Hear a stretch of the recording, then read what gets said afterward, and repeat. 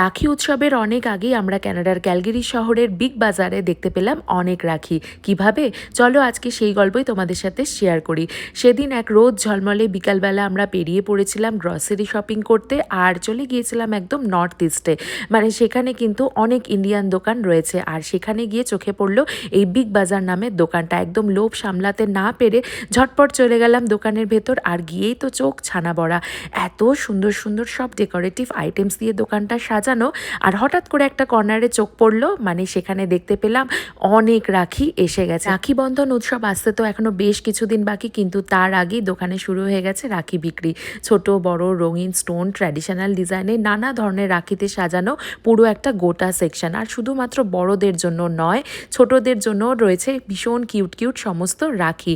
আর শুধুমাত্র রাখি নয়, এই উৎসবকে সামনে রেখে বিভিন্ন ধরনের ড্রাই ফ্রুটসের গিফট বক্সও দেখলাম সুন্দর করে সাজিয়ে রাখা রয়েছে। এখানে তো প্রচুর ভারতীয় পরিবার বসবাস করেন, তাই এখানকার ভারতীয় গ্রসারি স্টোরগুলোতে প্রতিটা ভারতীয় উৎসবের অনেক আগেই প্রস্তুতি শুরু করে দেয়।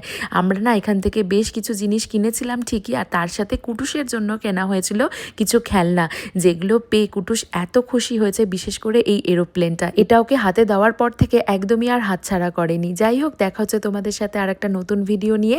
ততদিন তোমরা সবাই খুব ভালো থেকো এবং সুস্থ থেকো।